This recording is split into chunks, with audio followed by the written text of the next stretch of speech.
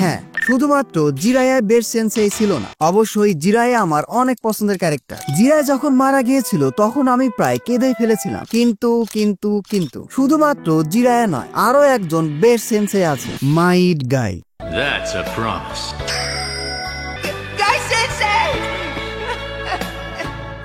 পুরো নারুতো অ্যানিমেতে আমরা একের পর এক সেন্সেই দেখতে পাই। হিরুজেন থেকে শুরু করে আসুমা, কাকাশি, সুনাডে, এমনকি ওরোচিমারুও। ইয়েস, ওরোচিমারুও, যে কিনা স্টুডেন্টদের ভেসেল হিসাবে ইউজ করতো। এমনকি ডানজোকেও আনবু ব্ল্যাক অপসের সেন্সে বলা যায়। কিন্তু মাইট গায়ের কথা কেউ বলে না, সবাই তার এই ডিনার গেট নিয়েই কথা বলে। মাদারা তার প্রশংসা করেছিল, মাদারার মতো শিনোবিকে টক্কর দিছে, এইসব।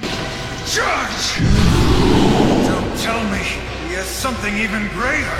I, Madara, declare that you are the strongest of them all!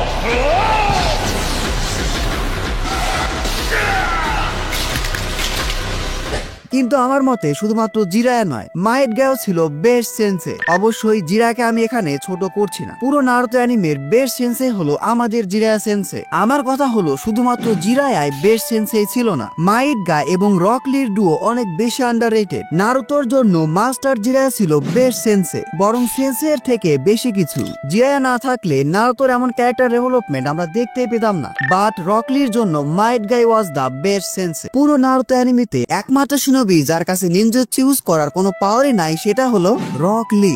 সে এক ফোঁটা নিনজুৎসু ইউজ করতে পারে না। মাইট গাই না থাকলে রক লির মতো ক্যারেক্টারকে আমরা কখনো নিনজা হিসাবে দেখতেই পেতাম না। রক লি খুবই পোটেনশিয়াল এবং ডেডিকেটেড একটা ক্যারেক্টার ছিল। নিনজা একাডেমিতে সব স্টুডেন্টদের নিয়ে জনিনরা কথা বলে। রক লিকে নিয়েও একবার কাকাশি মাইট গায়ের সাথে আলোচনা করেছিল। তারপরে রক লি মাইট গায়ের নজরে আসে। নারুতো এবং সাসকের কথাই ধরো, তারা দুজনই উজুমাকি এবং উচিয়ার মতো পাওয়ারফুল ক্ল্যান থেকে বিলং করে। কোনোয়া ভিলেজের যে সকল শত্রু ছিল তাদের জন্য নারুতোর সাসকে খুবই হাই প্রোফাইল এবং ইজি টার্গেট ছিল। এজন্যই তাদেরকে প্রোটেক্ট করার জন্য ছিল স্বয়ং কাকাশি হাটাকে, দা কপি নিনজা। অন্যান্য শিনোবিরাও ছিল। হোকাগে সাপোর্টের কথা বাদই দিলাম, নারুতোর স্ট্রাগল নিয়ে তোমরা অনেকে কথা বলতে দেখবে। নারুতোর কাছেও কিন্তু অনেক সাপোর্ট ছিল, অন্তত রক লির থেকে বেশি সাপোর্ট। একবার ভাবো, যেই দুনিয়ায় চাকরা, জুৎসু এগুলোর সবকিছু, একমাত্র শিনোবি যার কাছে নিনজুৎসু ইউজ করার কোনো পাওয়ারই নাই, সেটা হলো রক লি।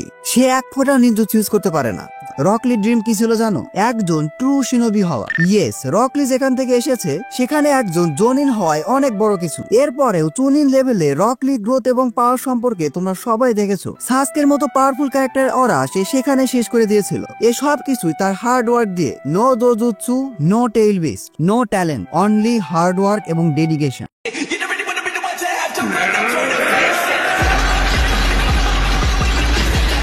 রকলি আমাদেরকে যে উইল পাওয়ার এবং হার্ডওয়ার্ক দেখিয়েছে সেটা আসলে প্রশংসার দাবি রাখে। রকলির পুরো জার্নিতে সে কিন্তু শুধুমাত্র একাই ছিল, মাইট গাই বাদে তার কাছে কেউ ছিল না। মাইট গাই রকলি সম্পর্কে জানার পর তাকে নিয়ে অনেক বেশি আগ্রহ দেখাতে থাকে, কারণ রকলির মাইন্ডসেট নিনজা হওয়ার জন্য কখনো হার না মানার মাইন্ডসেট। সত্যি বলতে রকলির জন্য মাইট গায়ের থেকে বেস্ট সেন্সে আর হতেই পারে না। শুধুমাত্র রকলি নয়, মাইট গায়ের টিমে টেন এবং নেজিও অ্যাড হয়। মাইট গায়ের টিমের নাম ছিল টিম 9, অর্থাৎ টিম গাই। পার্সোনাল ভাবে এই টিমটা আমার খুবই পছন্দ ছিল, স্পেশালি নেজি আর রকলির রাইভেলারি এবং মাইট গাই আর রকলির বন্ডিং। এছাড়া বরাবরের মতো একটা ইউজলেস ক্যারেক্টার টেন। এই টিমটা কিন্তু পুরো ওজি নারুতোতে অনেক বেশি আন্ডাররেটেড ছিল। যাই হোক, ধীরে ধীরে মাইট গাই রকলির সাথে আরো বেশি অ্যাটাচ হতে থাকে। কারণটা খুবই সিম্পল, রকলিও তারই মতোই। শুধুমাত্র মাইট গায়ও নয়, রকলিও মাইট গাইকে অনেক বেশি সম্মান করতে থাকে, একটু বেশি সম্মান করতে থাকে। পার্সোনালি ভাবে এই দুজনের বন্ডিং আমার কত বেশি ভালো লাগে সেটা আমি ভাষায় প্রকাশ করতে পারছি না।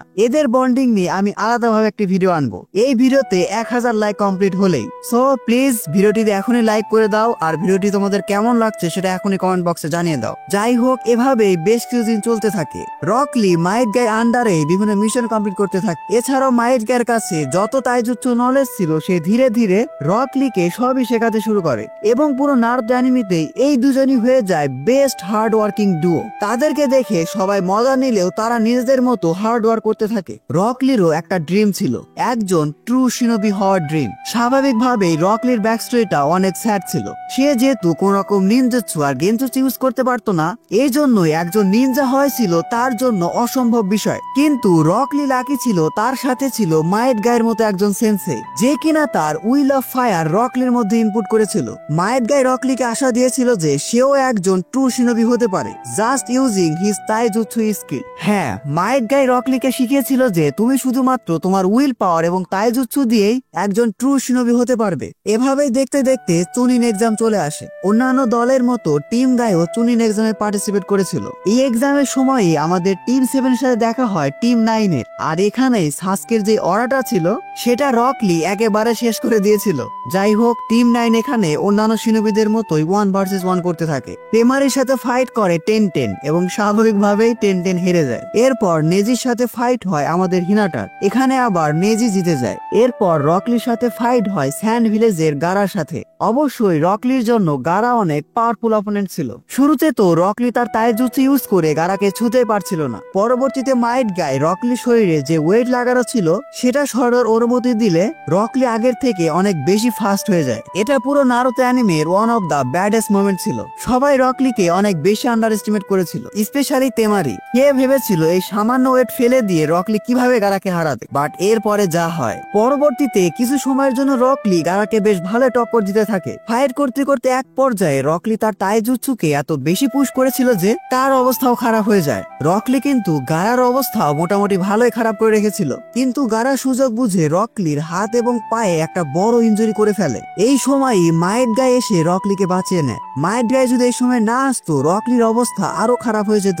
রকলির বাম হাত এবং বাম পা কিন্তু একেবারে ডিস্ট্রয় হয়ে গেছে।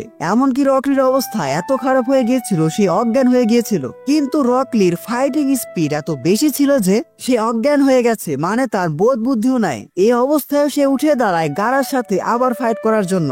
এখানে আমার রকলির উপর রেসপেক্ট 100% বেড়ে যায়। সত্যি বলতে রকলি আসলে অনেক পোটেনশিয়াল ক্যারেক্টার ছিল। ওজি নারুতোতে রকলির একটা বড়সড় ইম্প্যাক্ট থাকলেও কেন জানি পরবর্তীতে সে স্ক্রিন টাইমই পায়নি। আমার মনে হয় রাইটার রকলিকে আরো ভালোভাবে ইউজ করতে পারতো। যাই হোক, আমরা স্টোরিতে ফিরে আসি। রকলি এরকম ফাইটিং স্পিড দেখে মাইট গাই কেঁদেই ফেলে। আর এখানে আমরা স্টুডেন্ট এবং সেন্সের একটা ইমোশনাল মোমেন্ট দেখতে পাই। তবে এখানেই একটা বড় সড়ো বিপর্যয় ঘটে যায়। গারা রকলির অবস্থা এতটা খারাপ করে দিয়েছিল যে মেডিকেল টিম জানায় রকলির যে ইনজুরি সেটা কখনো হিলই হবে না, অর্থাৎ রকলি আর কখনো তার শিনোবি হওয়ার জার্নি কন্টিনিউ করতে পারবে না। এটা শুনে রকলির উপর দিয়ে ঠিক কি গেছে তা তোমরা বুঝতে পারছো। তার থেকেও খারাপ অবস্থা ছিল মাইট গায়ের। মাইট গাই এটা কোনোভাবে মেনে নিতে পারছিল না।